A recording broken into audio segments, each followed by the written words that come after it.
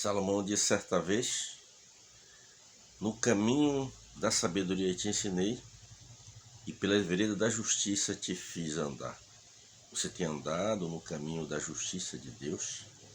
Você tem se preocupado em viver de uma maneira justa, como mandam os padrões bíblicos?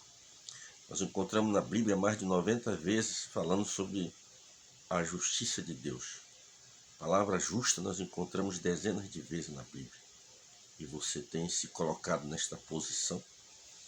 Nós vamos dar continuidade a uma mensagem que eu gravei recém. Mensagem, né? A mensagem assim, ela mexeu muito comigo. Inclusive pessoas que estão inscritas nesse canal também gostaram muito daquela mensagem, né? A frieza de um líder. Né? Nós vamos ver aqui então. Vou ler o mesmo texto em que eu li na gravação da outra mensagem, no livro de 2 Samuel, capítulo de número 11, no versículo 25, diz assim: E disse Davi ao mensageiro: Assim dirás, não te pareça mal aos teus olhos, pois a espada tanto consome este como aquele. E força-te a tua peleja contra esta cidade, e o derrota, e força tu assim.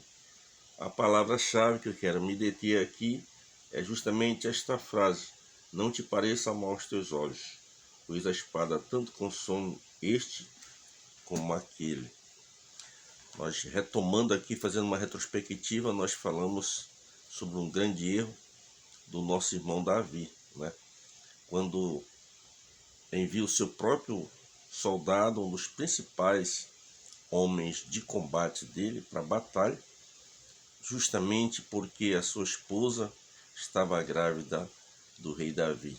Quando a gente olha para este texto, a gente fica estarrecido, porque já imaginou, Urias ele era amigo de Davi, mas se ele passasse pela cabeça dele que Davi não era tão seu amigo assim, porque muitas vezes nos portamos dessa forma, porque muitas vezes agimos assim. Davi era um ser humano como eu, como você, sujeito às mesmas paixões, aos mesmos desejos. Eu e você temos este exemplo aí para que a gente possa pegar ele e nos blindar com a vigilância, né? Precisamos ser mais vigilantes, né? Quantos erros no passado a gente cometeu que a gente hoje faz uma retrospectiva e diz: eu jamais cometeria esse erro hoje. Mas nós continuamos sendo o mesmo ser humano. Se não é a graça de Deus na nossa vida, se não é o Espírito Santo de Deus nos levando, nos motivando a viver uma vida de santidade, nenhum de nós teremos condições de sobreviver no mundo de tanto pecado, com tantas ofertas de Satanás aí, né? Mas nós temos o Espírito Santo e sempre atentando para aquela palavra de Jesus que disse: vigiai e orai. Primeiro vem a vigilância, depois a oração. Vigiai e orai para que vós não entreis em tentação. O espírito, na verdade, está pronto, mas a carne é fraca. Por isso não temos que dar brecha, permitir que se abra uma brecha na nossa vida, para que o diabo não venha ali dentro desta brecha destruir a nossa vida espiritual. Nós vamos prosseguir aqui, porque se você chegar no capítulo 12 ali, a Bíblia diz que agora Deus chama Natã para tratar com Davi sobre aquele grande pecado. E quando nós vamos para Davi, eu me lembro que eu era criança e era uma das histórias que eu mais gostava de ouvir na escola bíblica dominical, exatamente de Davi, ali quando venceu Golias. Então eu me cresci com essa ideia de Davi ser apenas um guerreiro, um combatente, um homem vencedor. E depois a gente vai descobrindo que Davi ele foi realmente um grande estadista, ele foi um grande estrategista, Davi foi um grande poeta, Davi foi um grande compositor, os maiores salmos foram compostos por Davi. Além disso, Davi era um grande músico, ele tocava harpa, né? Ele era um homem muito bom nessa área do louvor, não é verdade? Mas quando você olha para Davi como pai, ele foi um péssimo pai. Você observa a família de Davi, porque faltava aquela presença masculina na família, aquela presença de um pai e aquela postura que o pai deve ter na hora certa. E a Bíblia Sagrada diz que agora Deus vem tratar com Davi sobre o pecado que ele havia cometido. Matou aquele homem com a espada dos filhos de Amon, e depois ainda disse: a espada tanto fere este como aquele, né? Para ele fez pouco caso disso aí. Isso aí é muito triste, né? E a gente observa que Deus chama Natã e Deus dá uma missão ao profeta Natã. Missão essa que eu não gostaria de estar no lugar dele.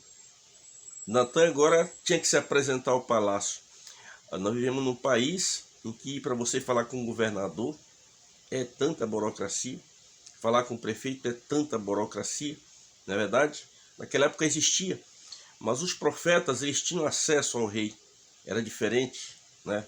O governo político tanto trabalhava com a liderança religiosa, então no caso o profeta ele tinha acesso ao rei Davi a qualquer momento que ele fosse lá, porque quem ungiu os reis eram exatamente os profetas. Então ele tinha acesso ao rei. E ele chega com Davi, eram muito amigos. Você já imaginou você chegar com seu amigo? O Senhor revela algo do seu amigo para você. E você tem que levar uma mensagem para aquela pessoa. Levar uma mensagem de esperança é gostoso. Eu, pelo menos, gosto de pregar o evangelho, porque o evangelho é boas novas, né? Então eu gosto de pregar o evangelho. Mas tem hora que você tem que falar sobre notícias não agradáveis, que nem sobre o inferno. Mas a gente tem que falar, não adianta fugir, porque isto faz parte do pacote. Então a gente observa que a pessoa de Natã chegou com Davi e ele inicia com uma parábola. Havia numa cidade 2 homens. Havia um homem que era muito rico, ele tinha muitas ovelhas, ele tinha muito gado. Nesta mesma cidade havia um outro homem, este homem era pobre. Ele tinha apenas uma cordeira que dormia no seu regaço. A Bíblia Sagrada diz que ele vai contando essa história, uma parábola, digamos assim. E a Bíblia diz que ele disse: olha, vindo um viajante para a casa do homem rico, o homem rico, ao invés de pegar uma das suas ovelhas ou das suas vacas, ele foi e pegou a única cordeira do homem que só tinha essa cordeira. Ele foi lá, pegou, matou. Quando ele foi narrando essa parábola, a Bíblia diz que o furor dentro de Davi foi consumindo ele.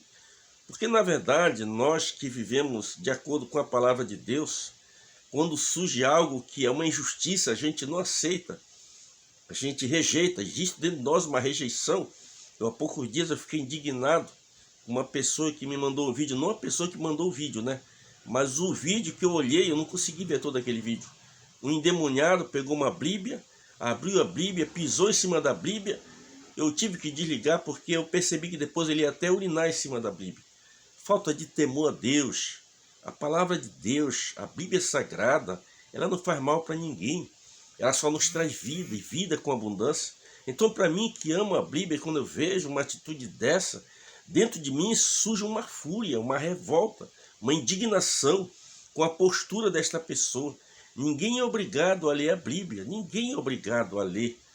Jesus nunca obrigou ninguém a ler a sua palavra. Ele estimulou: examinai as escrituras, porque julgaste nelas a vida eterna, e são elas que de mim testificam. Estimulou eu e você a ler a Bíblia. Eu estou na 34ª leitura da Bíblia e amo este livro. Eu amo este livro. A Bíblia é a minha vida. Eu sem a Bíblia não sou ninguém.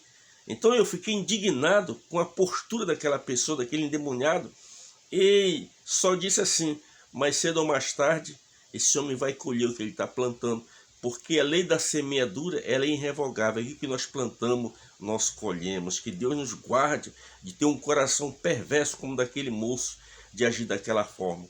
E a Bíblia diz que foi criando-se uma fúria dentro de Davi, e Davi disse: olha, esse homem vive o Senhor, que é digno de morte, e pela sua cordeira ele dá quadruplicado.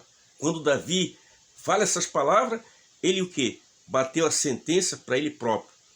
A pessoa de Natã olhou nos olhos dele e disse: este homem é tu, porque com a espada do filho de Amon tu matasses Urias, o Eteu, e tomasse a sua mulher para ser tua esposa. Olha, Davi, o Senhor não deu na tua mão a casa de Saul, as filhas de Saul. Deus não colocou nas tuas mãos as mulheres daqui da nação de Israel, colocou Israel nas tuas mãos, Judá nas tuas mãos, e o Senhor te acrescentaria mais e mais se tu quisesse, e tu exatamente agisse nessa mente, agisse de maneira errada, fazendo o que não deveria fazer, e disse mais, olha, a espada não se apartará da tua casa, e tudo isso que tu fez em oculto, Deus fará diante dos teus olhos. E ainda mais, a última sentença, este menino que nasceu, ele morrerá. O que me impressiona em Davi, irmãos, quando a Bíblia diz que Davi tinha um coração segundo o coração de Deus, ele poderia naquela hora chamar o soldado e mandar matar a pessoa de Natã. Mas ter o coração segundo o coração de Deus é isso aí. É você reconhecer que você pecou. É você reconhecer que você é um pecador e que Deus tem o poder para perdoar qualquer pecado que você cometa, a menos que não seja blasfêmia contra o Espírito Santo. Qualquer pecado, se você reconhecer que você pecou e reconhecer que Jesus é o único ser capaz de perdoar os seus pecados, escrever o seu nome no livro da vida, você vai ter o perdão dos pecados da sua alma. Davi disse, eu pequei contra o Senhor. Aí Natã diz, o Senhor transpassou o teu pecado, tu não morrerás.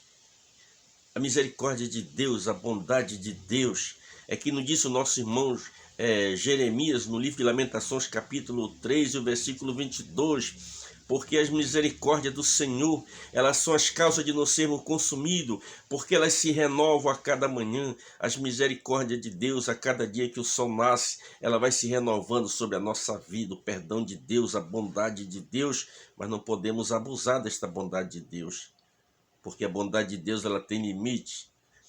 E a Bíblia Sagrada nos diz que Natã saiu e foi dali, e quando ele saiu dali, o menino adoeceu.